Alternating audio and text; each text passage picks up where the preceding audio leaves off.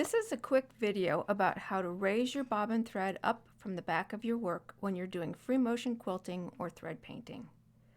The reason we need to do this is because the bobbin thread starts out underneath our work and we don't know what it is doing back there. It could be caught on something or making a big thread nest. We just don't know. If we bring it up to the top, we know where it is and we can see what it is doing, and pretty much stop any issues from happening before they start. In this example, I have red thread as my top thread and a bright lime green thread as my bobbin thread. I am going to show you how I raise the bobbin thread up from the back of my work when I start stitching. When you first position the fabric under the free motion foot, the foot is usually raised up. When I start doing this technique, I need to make sure the foot is down. Then I want to gently grab the top thread with the fingers in my left hand and lower the needle down.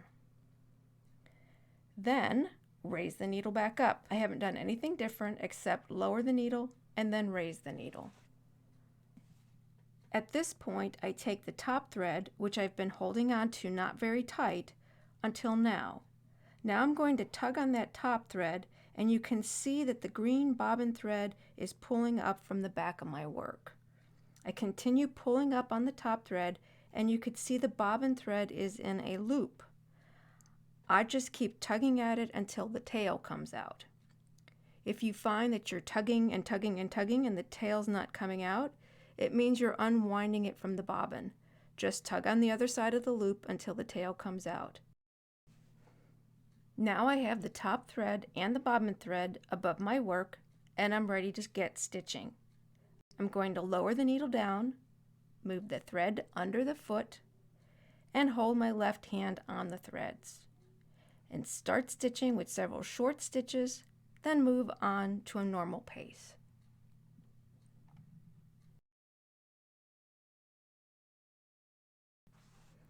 Let me walk you through this a little quicker. I start by holding the top thread gently with my left hand and make sure the foot is down. And then I put the needle down and then immediately put the needle back up. At this time, I pull on the top thread to bring the tail of the bobbin to the top of the work. Now I have the top and the bobbin thread at the top of my work. I tuck the threads under the foot to keep them out of the way, and then drop the needle down into the same hole. With my fingers gently on top of the thread, I'm going to start stitching with a couple of short stitches and then move to my normal pace.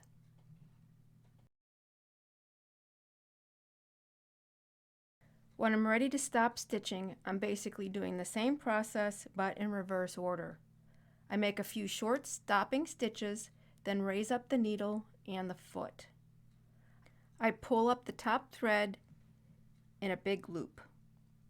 I line up the needle over the hole of the last stitch, drop the needle down, and then immediately raise it back up. When I pull on the top thread, the bobbin thread comes up as a loop. I pull it up, but there isn't a tail because it's connected to the stitches I just made. I now have both the top and the bobbin thread on the top of my work. Because I've secured my sewing with a couple of short stopping stitches, my preference is to come in at this point and snip the threads at the base of the stitches. Some people like to cut the threads longer and secure them into the batting layer of the quilt.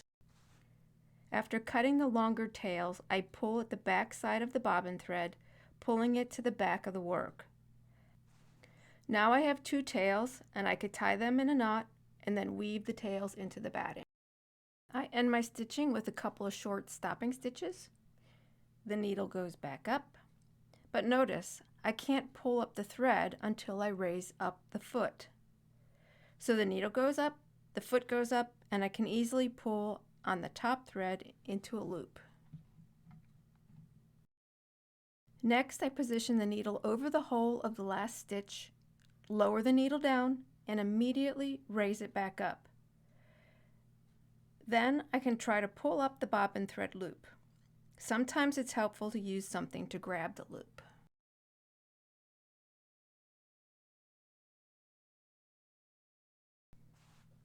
My finger is in the bobbin loop and I can pull on it to get more length. At this point, you could snip the threads at the base, or you can tie them and hide the tails into the batting. Let's take a minute to look at what we have here. You could see at this point that there are 3 threads coming from the hole. 2 are green, which are the bobbin threads, and 1 is red, my top thread. The other end of the top thread is wrapped around my finger and goes through the eye of the needle. When I snip the threads, you can see that I have 3 tails from the hole. 2 are green bobbin and 1 red top. One of those green tails belongs to the bobbin case under my work. So if I pull at the back of the work, the one bobbin tail comes out and I'm left with a bobbin and a top thread on the top of my work. At this point, I can snip off the threads or tie the ends before I hide them.